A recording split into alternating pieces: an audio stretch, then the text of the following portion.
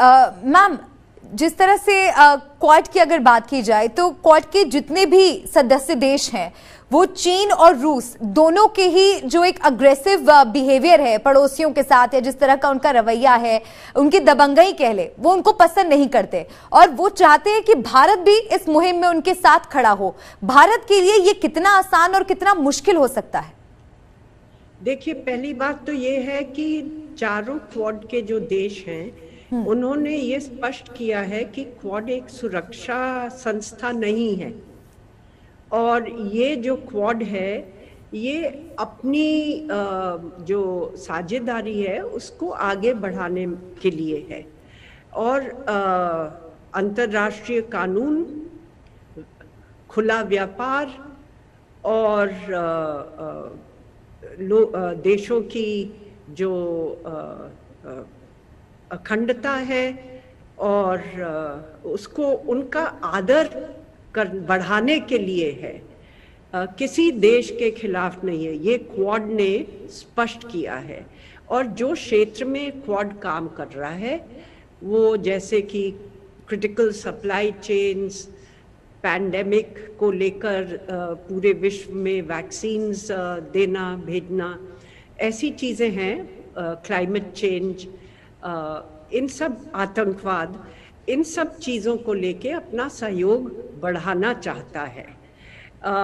जहाँ तक चीन और रूस का मामला है, भारत अपने रिश्ते अलग अलग देशों से अलग अलग रखता है।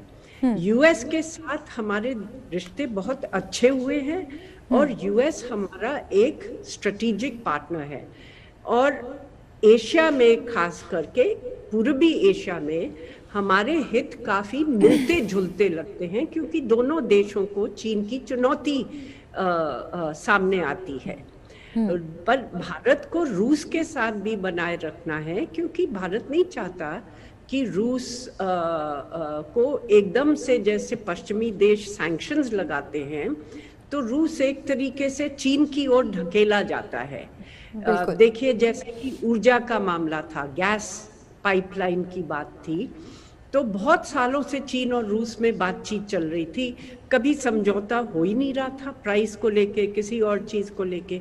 जब पहली बार पश्चिमी देशों ने रूस के ऊपर सैंक्शंस लगाए 2013-14 में, तब झटपट ये बातचीत खत्म कर दी गई और वो पाइपलाइन शुरू कर दी कि गैस इतने में मिलेगी और वो पाइपलाइन भी बनेगी।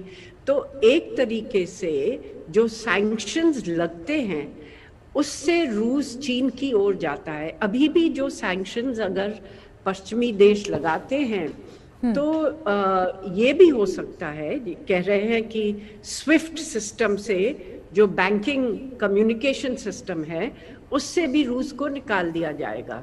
तो वहाँ ये रूस और चीन भी मिलके कुछ अपना अलग सिस्टम बना सकते हैं, क्योंकि रूस ने तो कुछ की है इस मामले में तैयारी, और चीन तो अपनी और संस्थाएं बनाता जा रहा है। तो एक ऑल्टरनेटिव फाइनेंशियल स्ट्रक्चर अंतरराष्ट्रीय तौर पे चीन बनाना चाह रहा है, जबकि जो अभी स्ट्रक्चर है उसमें भी है और उसमें अपना रोल बढ़ाना चाह रहा है।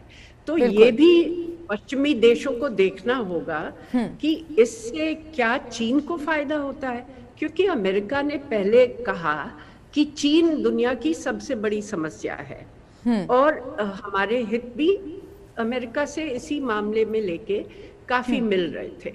अब जो है उन्होंने रूस पे अपना ध्यान दे दिया, और रूस में रूस के साथ तनाव इतना कर लिया कि अब ये मामला सुलझना भी मुश्किल है। तो उससे ये है कि यूएस की जो फोकस है वो चीन से हट के रूस पे चला जाएगा, तो किसको फायदा होगा इसका?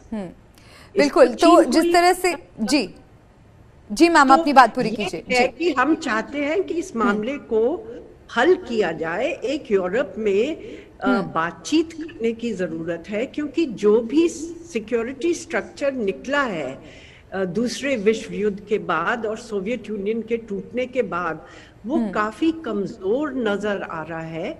तो उसको किस तरीके से सुधारे, किस तरीके से उसमें स्थिरता लाएं ताकि सब देशों के जो सुरक्षा हित हैं उनको आदर किया जाए और न्यूक्लियर डिटरेंस को भी मजबूत किया जाए दोनों तरफ, और स्टेबल किया जाए, स्थिर किया जाए।